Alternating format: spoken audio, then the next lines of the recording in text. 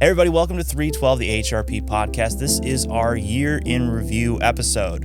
For those of you who are regular viewers and listeners, you will know that 312 is divided into a work hard and play hard segment. Work hard, where we are all business, and play hard, where we get to know the people a little bit better. But for this episode, we are going to do a combination. The whole thing will be both and will be available as a video episode. So if you're listening out there, you'll be able to get the full audio on whatever podcasting platform you listen to, but you can also catch everything on our YouTube channel. Go to HRP Associates on YouTube and find us there. But let's dive into the episode now. We are joined by Tad Gutchis, COO President. Dan Titus, CEO. Joe Cardinale, CFO. So to kick off our year in review, we have a pretty standard format at this point. We're going to have each of our executives talk about the year in review, a short statement on how 2024 went for HRP. So who would like to start us off? I'll start. So 2024 was a good year. Wasn't the greatest year we ever had, but it was a good year. So I'm speaking specifically about the company revenue, finances in general. Decent year. A lot of exciting things happened this year, though. Top of mind for me is the push that we've made into further into the federal market space, and in particular, as it relates to PFAS.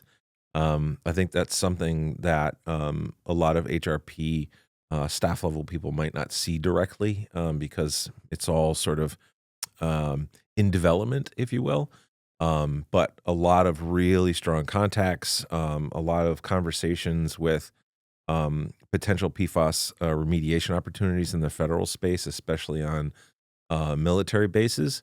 Sort of a interesting dynamic for me there is that we have sort of gotten deep enough into that curve where we are actually on calls now with what I would characterize as the uniformed personnel in the military.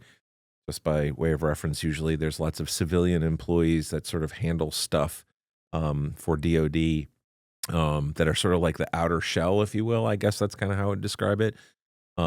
You know that you're getting in when people with uniforms and brass stuff on their collars start showing up on calls. And we've had a lot of those this year. So for me, that's really positive and significant progress. The conversations around all that stuff have been super positive. And I'm very excited about what the prospects are for that going forward. So just something that a lot of HRP folks probably don't have a lot of contact with, but I think was a really important milestone, I guess, this year. Yeah, for sure. Yeah, to further go off from what Dan said on some things that we've worked hard for, and now they're really starting to develop and come into the visualization from maybe some of our employees.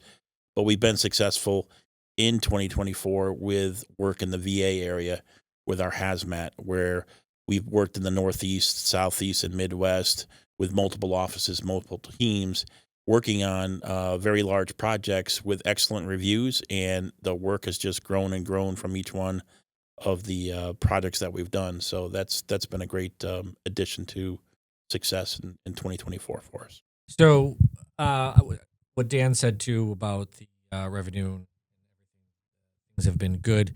This year was good. There was some challenges, obviously, this year. We started off very strong, kind of cooled a little bit during the summer and fall.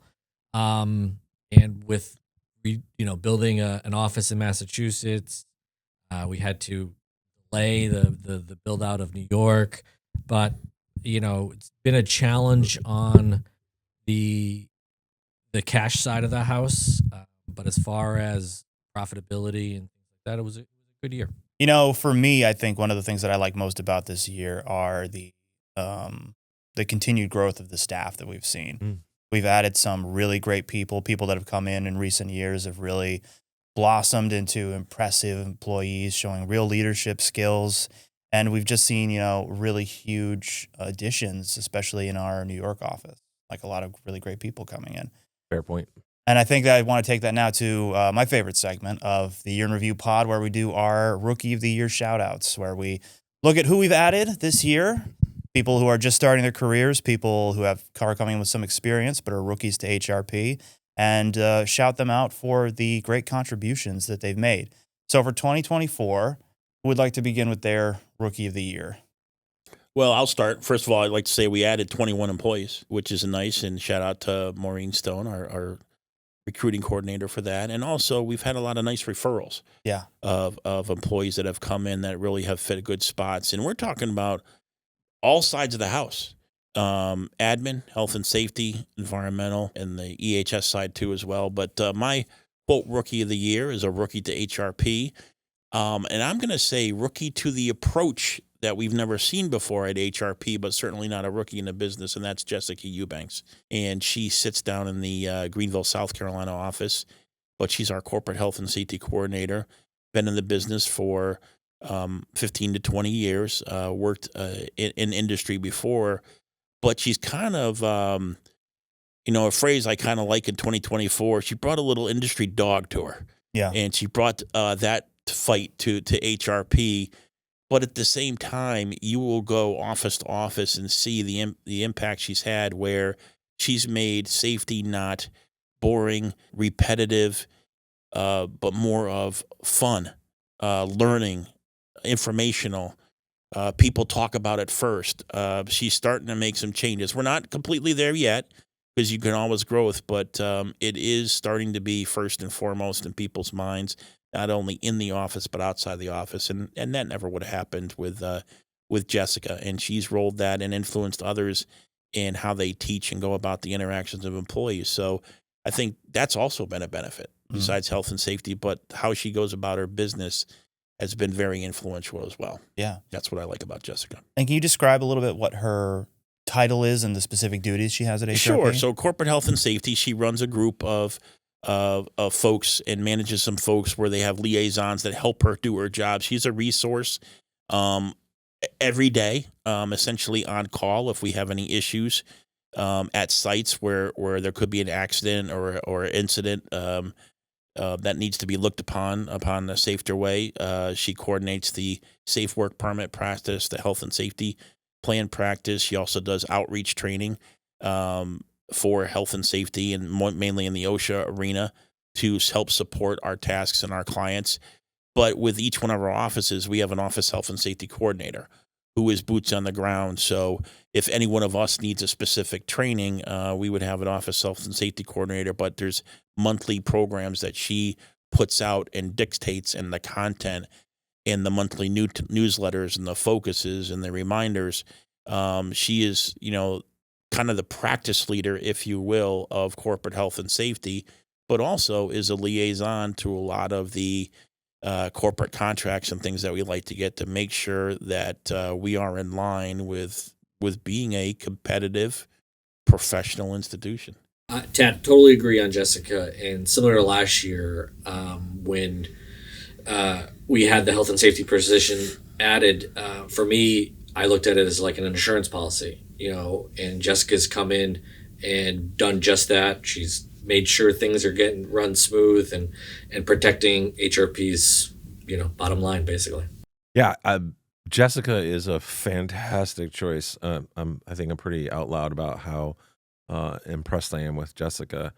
It's noteworthy that coming into an organization like HRP, which has a lot of history and very strong personalities and a lot of people that like to do it the way that they've always done it, coming in as a corporate health and safety officer and trying to roll around to all the offices and get them to do it differently, dare I say correctly, is a big challenge. And she has been graceful and on point, and she doesn't take things too personally, which is a big thing sometimes. So yeah, just super impressed. She's really, really excellent.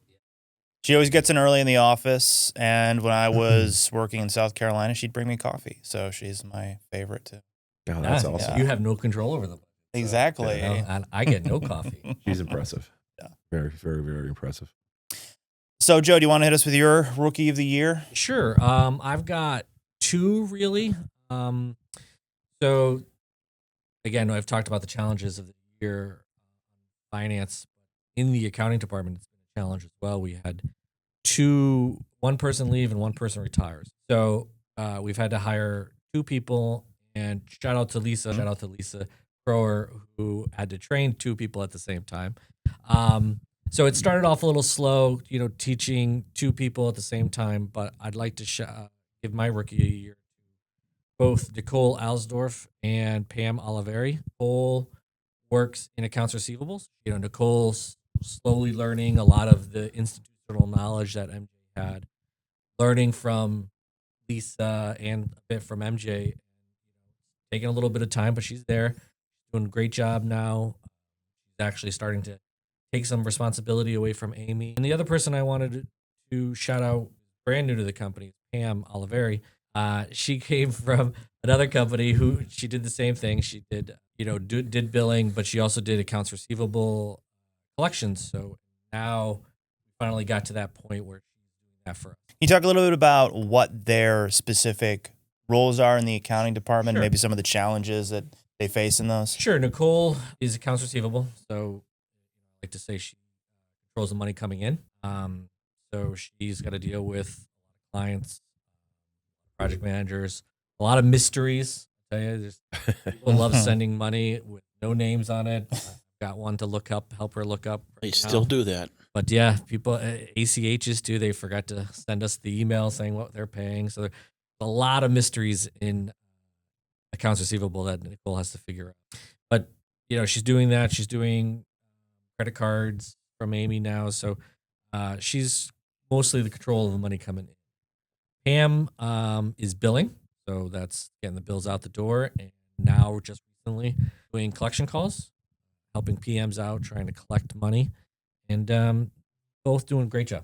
I mean, I would just say I think that they've done a great job because it's not easy. They know their craft, but they're moving into a department where they also have to learn the people of the company and the different offices and the flavors. New systems as well. And new systems.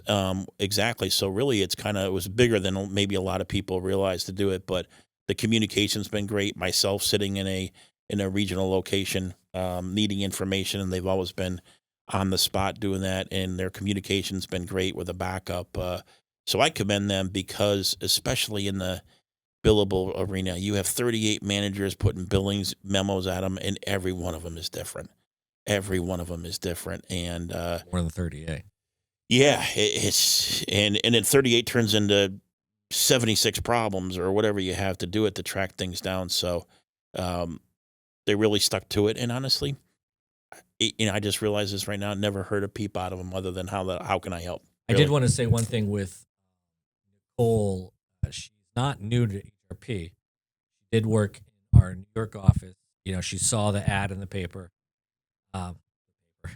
Look at me, dated myself.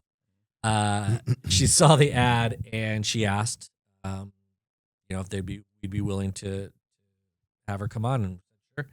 She knew the Deltec system already a little bit, so it was pretty easy for her to transition, and she has even moved to Connecticut. Yeah.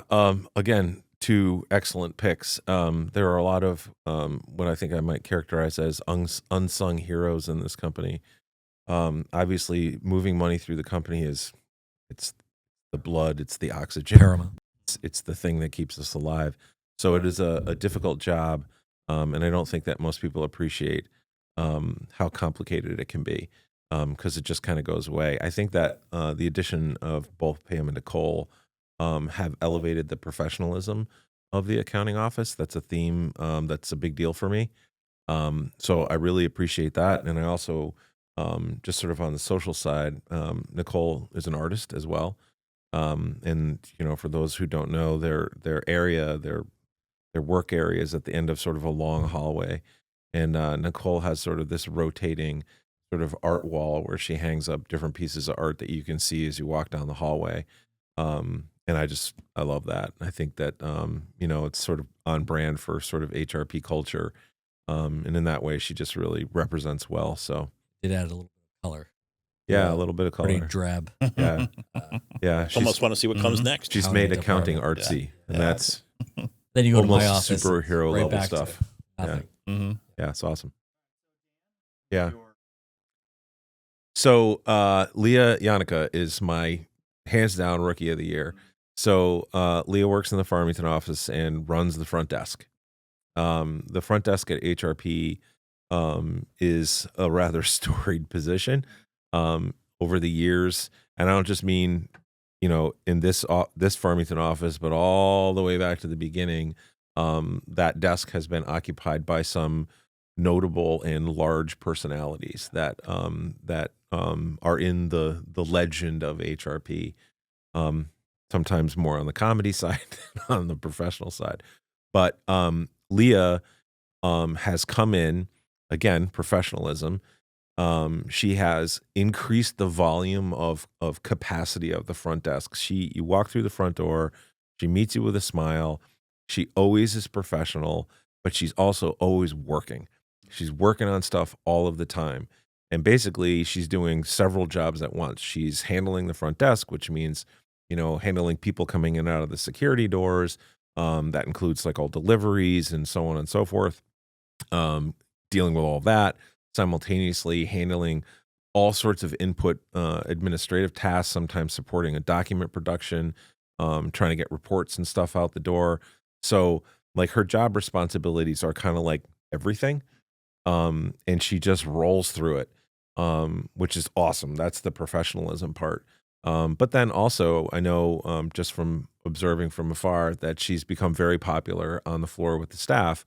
I see her along with a group of other staff members, technical people, often having lunch together and laughing and joking, which I get to watch through my window. And I love that. That's one of the things that makes this place great. So that in particular, her participation with the technical staff in sort of that collegial sort of environment is also different. That's not a thing that the front desk used to do. So she probably doesn't even know this, but she has taken the front desk and she has sort of made it her own and sort of branded it in her own way. And I just think that that's terribly impressive in a company that has such a strong culture. So, Leah. I just want to, add to recently she's got to a point where she needs more work to do. Yeah. And she came to, I think she went to Lisa. Lisa asked me, Lisa Crower in billing. So she's now doing some helping us in accounting. She does everything. Yeah.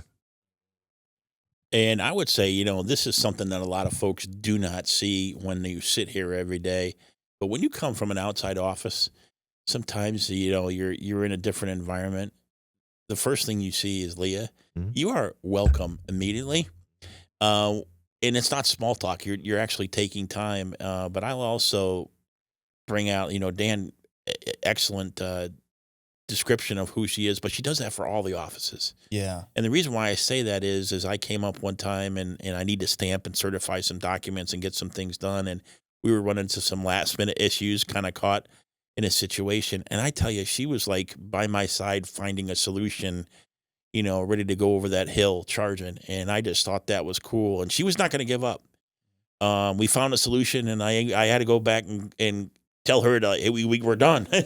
We've actually accomplished this. So she does it for all the offices. Mm-hmm. But it's nice just coming in and that's the person you see, and it's been that way the whole time she's been here. Yeah. It's really incredible, the immediate kind of connection that she's able to make with people. When I'm talking to her, I'll be like, yeah, you remember, back that this XYZ happened a couple of years ago, and she'll have to remind me, like, I've only been here a month. And it's like, it shocks me every time because like the rapport and the connection that you make with her, just like if she feels like someone you've known for years. Let's move on to what is coming up in 2025. What are the big things that we want to share with people out there about what next year holds for HRP? So for 2025, we've got some, cool things happening in the finance world. The projections are already starting to come in. Looks very similar to last year. But we have another office renovation coming, New York. We're going to finally get to that one. So that's going to be exciting to get through. Hopefully we can keep on budget. Then we're also going to do a new studio. Ooh. Yes. I know Tom is excited about that one. So yes. We were already talking about how big it's going to be. It's getting bigger. Yeah, it got a little bigger. We found a little bit more room to squeeze a little square footage out of it. So that's coming. We also are going to be getting a new security system in all our offices. That will probably require badges for everybody. So yeah, and besides that, I mean, it's business as usual. Projections, like I said, are all coming in. We'll have to look at all of everybody's wants to match up to the projections, but it's a fun time of year for me. It's a lot of spreadsheets lying around. So yeah, 2025 as successful as 2024. A happy year of the spreadsheets, Joe. I'm excited for you. I It's love going to be great. spreadsheets. That and the security system. If Between you need me to be there, I'll be there for you. between budgets, the bonus spreadsheet, Nice. turnover to 2025 spreadsheets. That's great. Fun. Double-sided in color with shading. Oof. Well, there's no such thing as double-sided, Okay. but that's okay. Yeah, I'm talking about the printout. If you do, I don't print out. Yeah. The trees. But so I'm going to go next because we're built up. Dan's got some good stuff here, but in operations, what I'm seeing is, Tom, you touched on this a little bit before, was what was nice about 2020. You did see a lot of growth in the employees. We have a large pool of employees right now who came in as entry level, and now they're 2 years. They are ready to pop. They were ready to pop in the 3 and 4 year period where they're stepping up maybe into a new position, more responsibilities. They've got the game plan, and we're ready to employ them in a lot of different areas. And especially in our New York DEC, we're getting a lot more. We always had the confidence of the DEC, but they're getting us more assignments and more volume to spread out. Dan's talked about the PFAS, so that's what's going to happen. But we're backing that up with employee development and growth programs for not only what they're going to be stepping into, but also how we monitor and assist them in that growth to make sure they have resources for the paths, which I'll let Dan maybe talk a little bit more about that. But at the same time, what I like is that we need to still need to be disciplined. We still need to follow the policies and the procedures and the guardrails. We still want to be transparent. We still want to have freedom to be who we are. That's what's great about being HRP. But at the same time, into today's society, as crazy and volatile as can be, you still need some guardrails. Mm-hmm. So you need some guidance to go. So the practice leaders are working very hard and to work on that with our quality control. We're moving more into the federal market space. So we kind of have to be tight in that regard with cybersecurity and things like that. So it's exciting to me. It may sound awful boring to anybody listen to this, but we're just I just went through my things. Well, I know that's why we I think we're going in like reverse order, but I think it's nice because we're just going to get better as individuals and groups in the team ourselves. That's the exciting part for growth that I see. Yeah, happening in.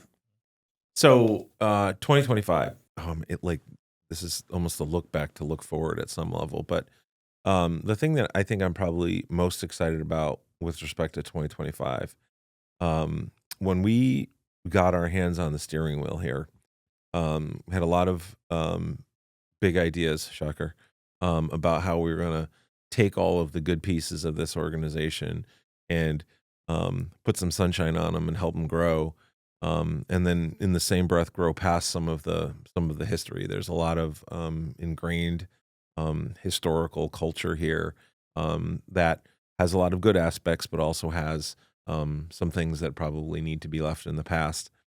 And then we got hit in the face with the pandemic, and we kind of had to adjust the way that we were sort of prosecuting some of these new ideas, because this has always been a company that's about its employees first. And so to the extent that we need to pressurize certain historical practices, for example, that are probably things that we need to leave in the past, those kind of tasks become really difficult, especially when people are worried about their employment and their families and all of the things that came along with the pandemic. And so we took our foot off the gas a little bit there, and obviously the pandemic is, from a medical perspective, is long over, but I think in the business side there's sort of been this tailwind of the pandemic, and then it turned into the economic explosion, and it was very hard to find employees. And then there was the whole, work from home movement, and a lot of strong feelings,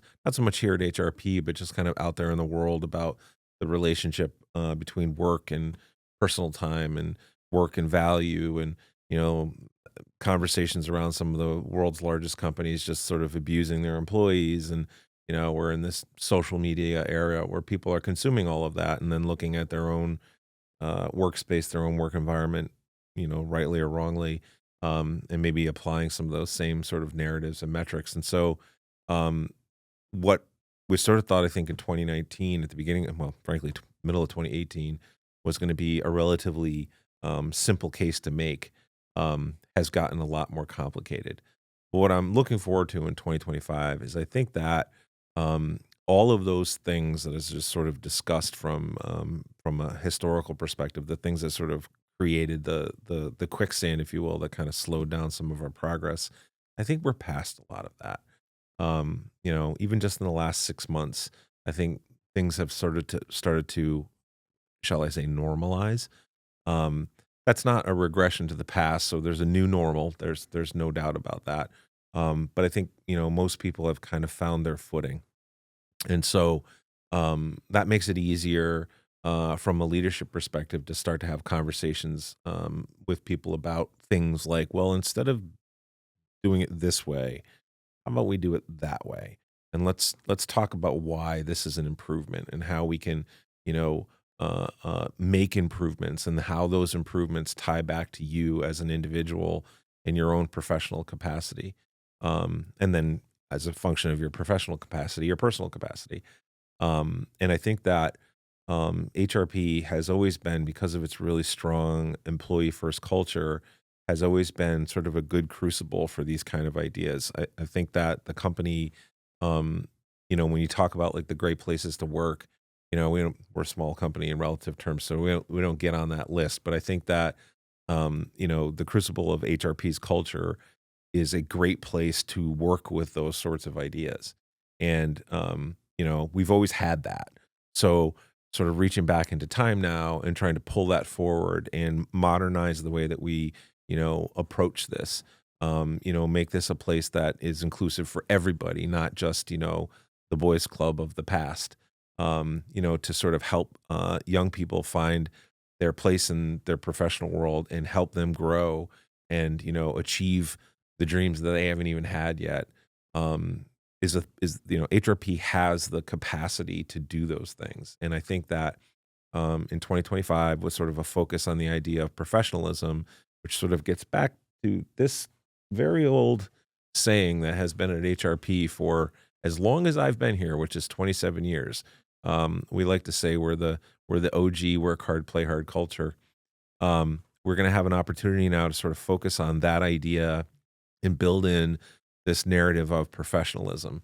And I think that the idea of professionalism sort of married up with the HRP culture is going to enable us to sort of really move forward, to accelerate, to sort of work towards being a top class organization that is top class because of the quality of the people that work here. Understanding that having the highest quality people means creating an environment where they're welcome, where they're getting what they need, they feel like they're getting the sunshine that they need, and the organization supports that. It's a symbiotic entity. And so I don't know, I'm saying a lot here, but I'm really excited for 2025 because I think we can start to sort of bend into that space now and put our foot on the gas a little bit and accelerate. And I'm excited because I think if we can achieve those things, and I think we can, I think we're just gonna just shine bright like a North Star in the sky and really do some amazing things. So I'm excited for those big ideas. So I think to close us out here for this year in review, we're going to move on to a little motivational statements for the employees of HRP. What you would say to the folks out there from HRP who are listening to get them excited and motivated to tackle the year to come. I think we can start with Tad. I would just say the year is always going to be a grind. Dan, he's talked about this earlier. There's some ups and downs. Joe's talked about that too as well. And it's the grind, and it's about really just keeping your eye on the target and the goal. I mean, I know that's cliche, But I think we have a good plan. We have a good representation for each one of the departments, each one of the offices. We know what we're doing. We feel strongly we know what we're doing, but it's going to be a grind, and dive into it and grab your part and do your share. It's fun. It's better to earn it with a grind than it is just showing up, checking a box. I'm going to quote one of the more excitable former NFL coaches, Bill Belichick, and just say, do your job. To me, we have, like you guys have been saying, we have a lot of great employees. Everybody just doing their job has been what made the company successful before, what's going to make this company successful going forward. Yeah. So I tend to end up saying this a lot at the end of the company talks, but just to sort of build it out a little bit, we're again sort of in this time now where there's a lot of individualism, and HRP is built for individualism. We kind of let people do it the way they want to do it. And again, that's a great part of the culture, but also this is a community, and it's always been a community. And I think that some of the greatest moments in HRP history were around the community, when people came together and did amazing things for other, looking at Bubba, the camera over there, did amazing things for the people of the community, the HRP staff. And so it's about trying to make individualism meet community, right? And understanding that sometimes, in a community, you're not going to get all the things that you want, but if you make a contribution to the community should pay it back to you on a going forward basis. Pay it forward, right? And so in the simplest terms, just from a motivational perspective, when the leadership team is asking of you to invest in HRP, make an investment in these ideas, invest in the topics that we're putting in front of you, invest in the ideas, make a contribution. We're not just asking you to invest in HRP, we're asking you to invest in yourself. And those two things are not mutually exclusive. They're intimately linked to each other. And so if you can navigate that space, if you can invest in HRP, you're making an investment in yourself, and you should expect that you will get it back. All right, everyone, thank you so much for joining us on this episode of 312, the HRP Podcast, our year in review. If you are still listening to us, don't forget that you can check us out on YouTube. Rate us 5 stars on your podcasting platform of choice. Like and subscribe if you are on YouTube. Thank you so much. It's been a fantastic year. Guys, thank you for joining us on this episode. Thanks, Tom. We look forward to seeing you all in 2025. Your job. Thank you. Thank you, everybody. Jared Belichick is going to be a college coach now? for North Carolina. Yeah. What? I don't understand. 5-year contract. Mm-hmm. I don't see how that goes well. The only thing they didn't agree on